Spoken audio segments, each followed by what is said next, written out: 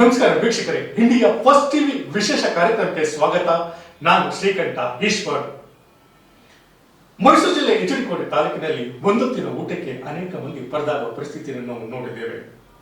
3 ದಿನ ಊಟಕ್ಕಾಗಿ ತುತ್ತು ಚೀಲ ತುಂಬಿಸಿಕೊಳ್ಳಲು ಕೂಲಿ ಕೆಲಸಕ್ಕೆ ಹೋಗ್ತಿರೋದನ್ನು ನಾವು ನೋಡಿದ್ದೇವೆ.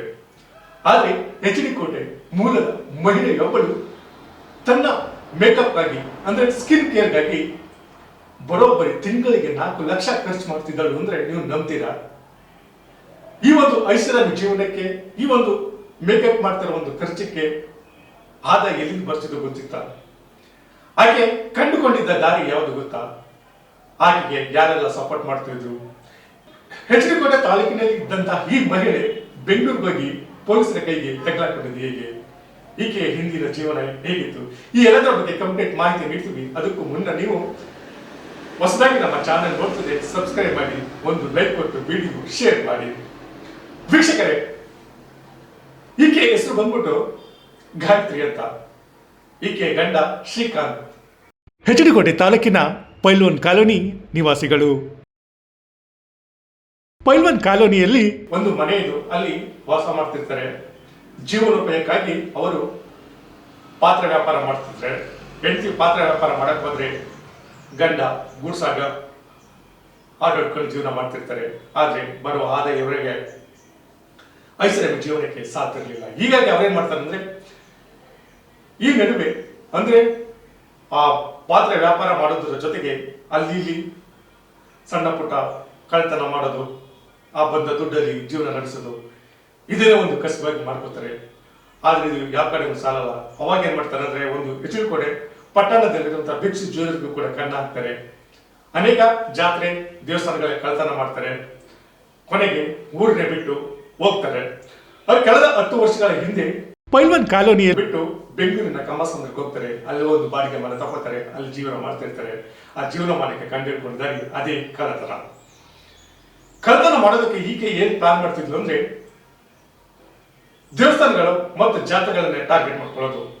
ಜಾತ್ರೆಗಳಲ್ಲಿ ಪಾತ್ರೆ ವ್ಯಾಪಾರ ಮಾಡೋ ರೀತಿ ಜಾತ್ರೆಗಳಿಗೆ ಹೋಗೋದು, ಅಲ್ಲಿ ಮಹಿಳೆಯರ ಚಲನವಲನ ಅಬ್ಸರ್ವ್ ಮಾಡೋದು, ಯಾರು ಚಿನ್ನ ಹಾಕಿದ್ದಾರೆ, ಹೇಗೆ ಏನು ಅಂತ ಅವ್ರು ಅಬ್ಸರ್ವ್ ಮಾಡಿದ ನಂತರ ಅವರು ಎಷ್ಟೊತ್ತಿಗೆ ಅಲ್ಲಿ ಒಂದು ದೇವಸ್ಥಾನಕ್ಕೆ ಹೋಗ್ತಾರೆ, ಮೈ ಮೇಲೆ ಏನ್ ಚಿನ್ನ ಹಾಕೊಂಡಿದ್ದಾರೆ ಇದೆಲ್ಲ ಅಬ್ಸರ್ವ್ ಮಾಡೋದು. ಮಾಡಿದ ನಂತರ ಅವರು ದೇವಸ್ಥಾನಕ್ಕೆ ಹೋಗುವ ಟೈಮ್ಗೆ ಈಕೆ ತನ್ನ ಪೂರ್ತಿ ಡ್ರೆಸ್ ಚೇಂಜ್ ಮಾಡೋದು. ಅಂದ್ರೆ ಈಕೆ ಬಣ್ಣ ಬಣ್ಣದ ಅಂದ್ರೆ ಮಿಂಚುವಂತಹ ಸೀರೆಗಳ ಹಾಕೊಳ್ಳೋದು, ಕಾಸ್ಟ್ಲಿ ಸೀರೆಗಳನ್ನ, ಮೈ ತುಂಬಾ ಮುಖ ತುಂಬಾ ಮೇಕಪ್ ಮಾಡ್ಕೊಳ್ಳೋದು, ಕುತ್ತಿಗೆ ತುಂಬಾ ಫೇಕ್ ಜ್ಯುವೆಲರಿ ಹಾಕೊಂಡು ಸ್ಟೇಜ್ ಬಿಟ್ಟು ನೋಡೋದಕ್ಕೆ ಶ್ರೀಮಂತ ಮಹಿಳೆ ರೀತಿಯಲ್ಲಿ ಆ ದೇವಸ್ಥಾನಕ್ಕೆ ಹೋಗೋದು. ದೇವಸ್ಥಾನದಲ್ಲಿ ಒಂದು ಜನಸಂದಣಿ ಇರುವ ಪ್ರದೇಶದಲ್ಲಿ ಆ ಮಹಿಳೆಯನ್ನ ಟಾರ್ಗೆಟ್ ಮಾಡ್ಕೊಂಡು ಹೋದಾಗ, ಆ ಜನಸಂದಣಿ ಇರುವ ಪ್ರದೇಶದಲ್ಲಿ ಆ ಮಹಿಳೆಯರ ಗಮನವನ್ನು ಬೇರೆ ಸೆಳೆದು ಕುತ್ತಿಗೆಲಿದ್ದಂತ ಸರನ ಕಟ್ ಮಾಡೋದು. ಇನ್ನೊಬ್ಬರು ಈಕೆ ಜೊತೆಗಿದ್ದಂತ 2-3 ಮಹಿಳೆಯರು ನೆಲಕ್ಕೆ ಬಿದ್ದವನ ಚಿನ್ನವನ್ನ ಎತ್ಕೊಂಡು ಅಲ್ಲಿಂದ ಎಸ್ಕೇಪ್ ಆಗೋದು. ಹೀಗೆ ಕಳ್ಳತನ ಪ್ರಕರಣಗಳಲ್ಲಿ ಹುಣಸೂರು ಆಗಿರ್ಬೋದು, ಚಿಕ್ಕಬಳ್ಳಾಪುರ, ದೊಡ್ಡಬಳ್ಳಾಪುರ, ಈ ಕಡೆ ಅನೇಕ ಕಡೆ ಸಣ್ಣ ಸಣ್ಣ ಕಳ್ಳತನ ಮಾಡಿ ಸಿಕ್ಕಿ ಬಿದ್ದ ದಂಪತಿ ಜೈಲಿಗೂ ಕೂಡ ಹೋಗಿ ಬಂದಿರ್ತಾರೆ. ಆದ್ರೆ ಬುದ್ಧಿ ಕಲ್ತಿರಲಿಲ್ಲ. ಕೆಲ ದಿನಗಳ ಹಿಂದೆ ಬೆಂಗಳೂರಿನ ಕುವೆಂಪು ಲೇಔಟ್ನ ನಿವಾಸಿ ಲಕ್ಷ್ಮಮ್ಮ ಎಂಬುವರು ಮಾರಿಯಮ್ಮ ದೇವಸ್ಥಾನಕ್ಕೆ ಹೋಗ್ತಾರೆ. ಆ ಕಡೆ ಹೋಗಿ ಬರುವಾಗ ಆಕೆಯಲ್ಲಿ ಕುತ್ತಿಗೆಯಿಂದ 30 ಗ್ರಾಂ ಚಿನ್ನ ಕಳುವಾಗಿರುತ್ತದೆ. ಈ ಸಂಬಂಧ ಅವರು ಬಂದು ಅಲ್ಲಿ ಒಂದು ಕೇರ್ಪುರ ಠಾಣಾ ವ್ಯಾಪ್ತಿಗೆ ದೂರು ಕೊಡ್ತಾರೆ. ದೂರು ಕೊಟ್ಟಾಗ ತನಿಖೆಯನ್ನು ಕೈಗೊಂಡಂತಹ ದಿನ ಪೊಲೀಸರು CCTV ಚೆಕ್ ಮಾಡಿದಾಗ ಈಕೆಯ ಜಾತಕ ಬಯಲಾಗುತ್ತದೆ. ಅರೆಸ್ಟ್ ಮಾಡಿ ಆಕೆಯನ್ನ ವಿಚಾರಣೆ ವೇಳೆ ಬಾಯ್ಬಿಡಿಸಿದಾಗ ಸತ್ಯವನ್ನು ಹೊರಗ್ತಾಳೆ. ಈ ಹಿಂದೆ ಎಷ್ಟು ಮಾಡಿದೆ ಹೀಗೆ. ಆಗ ತನಿಖೆ ಚುರುಕುಗೊಳಿಸಿದ ಪೊಲೀಸರು ಆಕೆಯ ಬಳಿಯಿದ್ದ ಚಿನ್ನವನ್ನು ಅಂದ್ರೆ ಅಂದಾಜು 60 ಲಕ್ಷ ಮೌಲ್ಯ ರೂಪಾಯಿನ 3 ಗ್ರಾಂ ಚಿನ್ನವನ್ನು ವಶಪಡಿಸಿಕೊಳ್ತಾರೆ. ಈಕೆ ತಾನು ಮಾಡಿದ ತಪ್ಪಿಗೆ ಇವಾಗ ಎಚಡಿಕೋಟೆ ತಾಲೂಕಿನ ಮರ್ಯಾದೆ ಕಳೆದಿರುವ ಜೊತೆಗೆ ಈಗ ಜೈಲಿನಲ್ಲಿ ಕಮ್ಮಿ ಎಣಿಸಿದ್ದಾರೆ. ಈ ಸ್ಟೋರಿ ಬಗ್ಗೆ ನಿಮ್ಗೇನು ಅನಿಸ್ತಂತ